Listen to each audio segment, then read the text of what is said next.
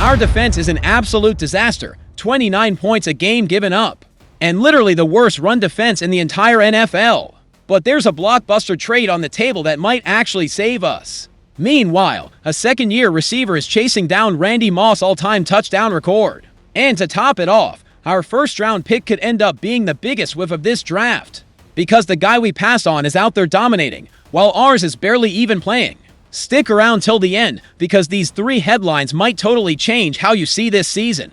The Chicago Bears defense is in complete crisis mode, and when I say crisis, I'm not exaggerating even a little bit. Let me lay out exactly what's going on defensively at Soldier Field, because this is seriously alarming. We're giving up 29.3 points per game. That puts us among the 10 worst teams in the entire league, defensively, after years of being known as the monsters of the Midway. After all those defensive legends like Urlacher, Peppers, Singletary, Butkus. Now we've become a defensive punchline, and it gets even worse. We are dead last against the run in the NFL, number 32 out of 32.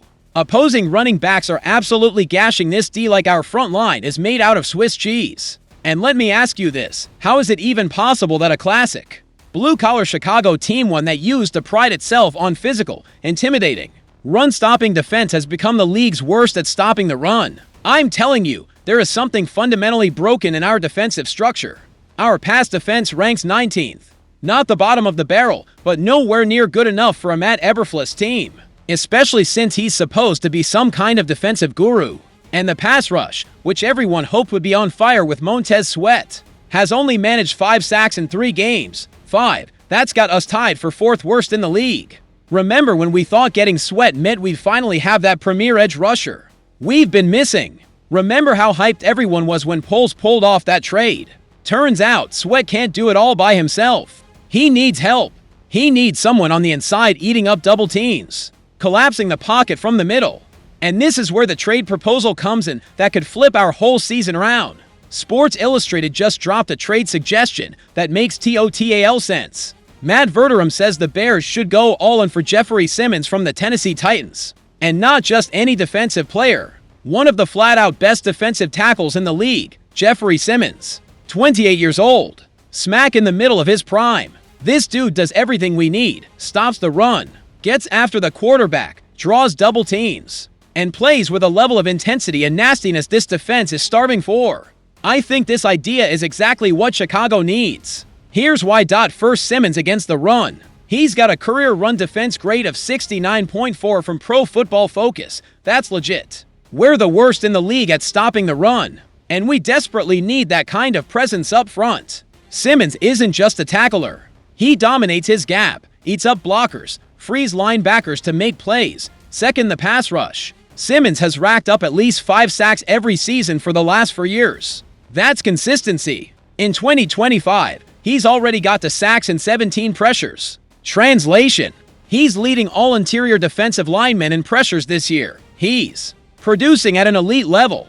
But here's what really fires me up. Picture Jeffrey Simmons collapsing the pocket from the middle, while Montez Sweat comes crashing off the edge. Picture opposing offensive coordinators having to build their whole game plan around TWO studs on our D-line instead of just one. The Packers would have to totally rethink how they game plan against us. Jordan Love would be under constant heat. The Vikings with Sam Darnold would have to get rid of the ball in a hurry. The Lions wouldn't be able to just bulldoze us in the run game like they do everyone else. And Simmons, he brings attitude. That dude plays with a chip on his shoulder. He plays mad. He plays with the kind of edge that Bears defenses have always had. From Butkus to Urlacher, the great Chicago defenders have always been nasty, intimidating dudes. Simmons is cut from that kind of cloth. Now, about the price, a second-round pick in 2026. Is that a lot? Hell yes. But let me ask you, do you want to hang onto next year's second-rounder or trade it for a legit? In his prime defensive tackle, who could change this D right now?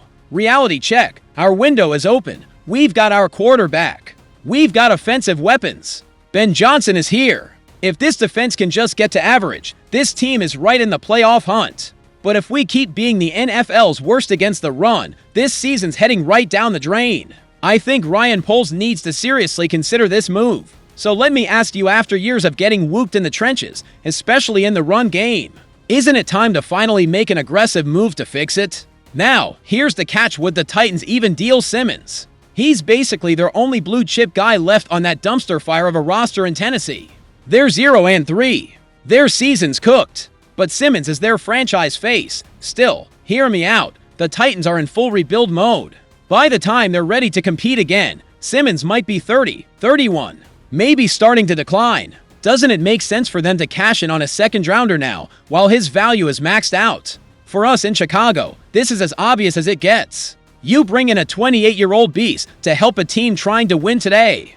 That's a win-now move, and it's exactly the kind of attitude we ought to have. Look at what Detroit did in a similar spot. They went for it, made bold moves. Now they're one of the NFC's best. The Eagles, when they won the Super Bowl, aggressive at the deadline. Same with the Rams. The teams that win in this league have the guts to pull the trigger at the right time. And right now, I think this is our exact moment. Jeffrey Simmons in those navy and orange threads. Blowing up pockets, wrecking runs, making Jordan Love miserable twice a year. Tell me that isn't a beautiful sight. But if that's wild, wait till you hear this. Rome Odunze is about to do something no Bear has ever done. And I mean ever, like, in the whole history of this franchise. We're talking about going after a record that belongs to one of the all-time greats. Ever at wide receiver, let's rewind to 2024. Rome Odunze, 9th overall pick. Expectations were SKY high. This was the receiver who'd finally complement DJ Moore, who'd give Caleb Williams the young, dynamic playmaker he needed. But what happened? 54 catches, 734 yards, 3 touchdowns. Those numbers are kinda meh. I have no problem saying Odunze had a disappointing rookie year. He didn't live up to the hype. Not when you compare him to what Brian Thomas Jr. did in Jacksonville. What Malik Neighbors pulled off with the Giants. What Ladd McConkey brought to LA Rome just didn't measure up. There were flashes. Some jaw-dropping grabs, some moments you could see the promise. But the consistency just wasn't there. And let me ask you, how many times have we seen this in Chicago? How many first-round receivers have we watched disappoint? Going all the way back to Kevin White. And let's not open up that sore spot. But here's the crazy part. 2025 is a totally different story. Rome Odunze, threw for games, has 20 receptions, 296 yards, and 5 touchdowns. 5 touchdowns and 4 games. Last year he had 3, all season. That is a massive second-year leap. That's the kind of jump that separates the okay players from the stars. And here's where it gets totally nuts. Rome Odunze is on track to finish the season with 85 catches, 1,258 yards, and 21 touchdowns. 21 touchdowns. Let that sink in. 20-1. And Rome's not just satisfied with that either. Dude literally went out and said his goal is to break Randy Moss' single-season touchdown record, 23, set back in 2007 with New England. So I'll throw this out there. When was the last time a Bear even dared to say publicly they were chasing a league record? When was the last time a Bears WR had that kind of swagger? That I'm gonna be great chip on their shoulder? I think that right there tells you exactly where Rome's at mentally. He's not in this to be just good, not looking for a solid season. He wants to be great, wants his name etched into the history books. And honestly, with how Ben Johnson is calling games, who's to say it can't happen? Look at the math. Rome needs 19 more scores in 13 games. That's 1 point for 6 touchdowns a game. Is that hard? Extremely. Is it impossible? Not necessarily. Here's what makes it even more interesting. Ben Johnson himself admitted after the Raiders game that the offense isn't even firing on all cylinders yet. He literally said, and I quote, "I don't think everyone on offense is pulling their weight yet. And that includes me." You catch that? There's way more gas in this tank. The offense can get a lot better. And if Rome Odunze is already scoring 5 times, even with the offense running under its potential, what happens when this thing really gets rolling like a well-oiled machine? I'm telling you, we could be witnessing something special. Just look at what Ben Johnson did for Amon-Ra St. Brown in Detroit. Look at the way he made that Lions passing attack hum. This guy knows how to get the absolute most out of his receivers. And Rome has got everything you want. Big frame, 6'3" to 115 pounds, speed. Way better route running this season. And now, the confidence is through the roof after an electric start. And you know what else? The connection between him and Caleb Williams is finally building. Those two are getting in sync, building that trust you need between a QB and his number 1 guy. Routes are sharper, Caleb's reading the fence is better, Balls are coming out on time. Everything is lining up for Rome to have a monster year. Let's be real though for a second. Breaking the Randy Moss record is ridiculously difficult. Only a handful of receivers ever even sniffed 20 touchdowns in a season. Moss did it in 2007, Jerry Rice a couple times, a few others. It's an ultra-exclusive club. And for Odunze to do it, he'd have to keep up this absolutely insane pace all year. But let me ask, how cool is it that, for the first time in ages, a Bear is even in that conversation? How awesome that we're talking about our receiver chasing an NFL record, instead of just complaining about not having a true number one.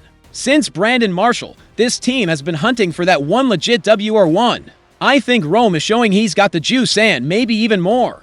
And what has me really fired up is this. Even if Rome maintains just 70 or 80% of this pace, say he ends up with 16 or 17 touchdowns, 1,100 or 1,200 yards, that completely changes the makeup of this offense. Suddenly, DJ Moore is your top guy. Rome is a 1B and Caleb's got weapons everywhere. It turns us into an offense defenses just can't stop. The Packers secondary would straight up panic trying to cover these two guys. The Vikings pick their poison. The Lions improved secondary or not would still have headaches. And with Keenan Allen still providing steady vet presence and Cole Kmet as a safety valve, it opens things up even more. I think we're watching the birth of a real star in Chicago. Tell me, when's the last time we could say that about a receiver? And just when you thought we were done, we have to talk about something awkward. And it's something Ryan Poles probably wishes wasn't even up for discussion. But it needs to be, because this affects the future of the whole franchise. The 2025 draft. 10th overall pick. Bears on the clock. To big-time tight ends on the board. Colston Loveland out of Michigan. And Tyler Warren from Penn State. Poles grabs Loveland. For picks later, Warren goes to Indy. The reasoning was obvious. Loveland, he's younger. He's the more athletic guy. Day one impact player. Maybe our own version of Sam Laporta. You know, the tight end who tore it up in Ben Johnson's offense back in Detroit. It sounded perfect on paper. Loveland produced at Michigan. Super versatile. He's got all the measurables. Being 3 years younger than Warren, he was supposed to have more upside long term. But here we are, for weeks into the season, and I've got to ask, did we screw up this pick? Because the numbers don't lie, they tell a very different story than we hoped for. Colston Loveland, 3 catches, 43 yards, 0 touchdowns on 80 snaps. He's played all 4 games and has been basically invisible in this offense. Bleacher Report even gave him a D-, of all rookie first-rounders. Only him and a Miami defensive tackle got that grade. Sure, he had a hip injury in Week 3. That matters a bit. But it doesn't explain why, in Weeks 1 and 2 with a clean bill of health, he got a grand total of 3 targets into games. For your first-round pick.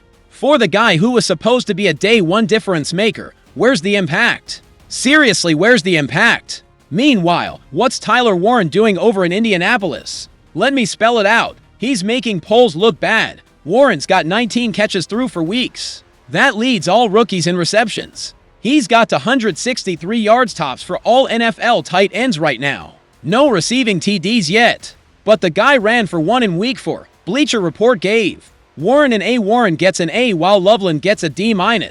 And the comparison is getting rough. People are asking if Warren is doing what Brock Bowers did last year, being one of those rare rookies who immediately becomes elite. Honestly, this looks more and more like a massive draft swing and a miss. What makes it worse? Ben Johnson KNEW, how important the tight end spot could be in this offense. Look at what Sam Laporta did in Detroit for Johnson. He was a centerpiece. And presumably, we drafted Loveland to do that exact thing. But right now, Loveland's not even playing like a rotational backup, let alone a Laporta type. And the blocking.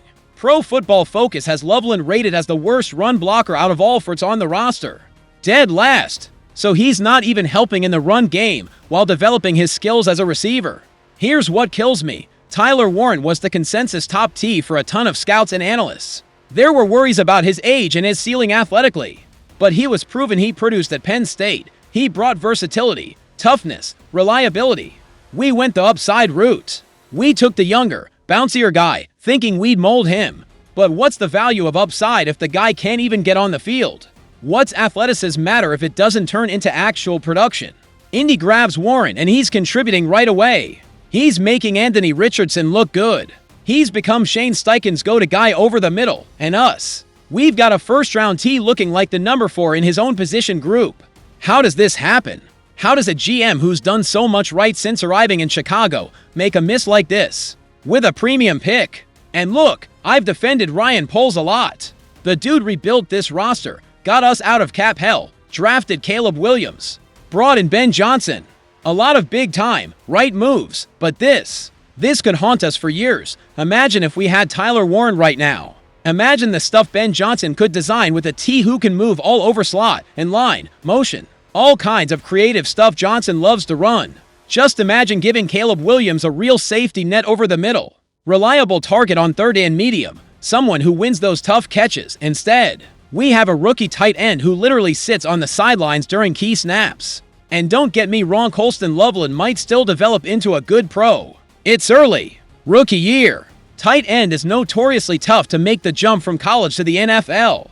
But when you put him side by side with Warren, look at the production. Look at the impact. It just looks bad right now. What really worries me? Ben Johnson already said not everyone is delivering on offense. You think Loveland is in that group? I do. A play caller like Johnson needs reliable guys, a guy who does his job, runs the right route, makes the play when the ball comes. If Loveland isn't earning his trust, that's a major issue for a 10th overall pick. The Bears cannot afford to swing and miss on first-rounders. Not when we're trying to build a legit contender. Not when this window is wide open. So, with all respect to Colston Loveland, it's time to show why you were the 10th pick. Time to step up. Every week that Tyler Warren is tearing it up while Loveland's invisible. This comparison just gets uglier and uglier. Uglier and uglier. So there it is, Bears Nation. 3 huge stories shaping the present and the future. A move that could save our defense. A receiver going after history. And a draft pick that's got everyone second-guessing. Here's what I want to know.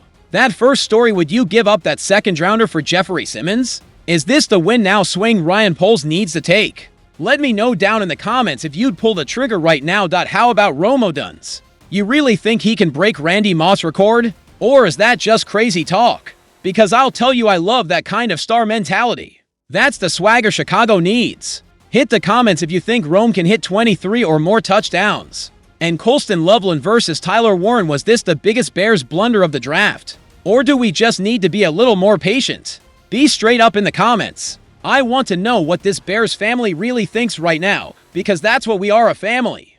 A community of die-hard fans who bleed navy and orange. I need you in the conversation every single day. And if you aren't subscribed to this channel yet, what are you waiting for? This is your spot for real analysis, unfiltered takes, and legit Bears talk. Hit that subscribe button, because you know we're about to drop more bombshell news every week. Smash like if you're with me. Drop a dislike if you think I'm off my rocker. But comment, because I need to know what Bears Nation is really thinking. We're all in this together.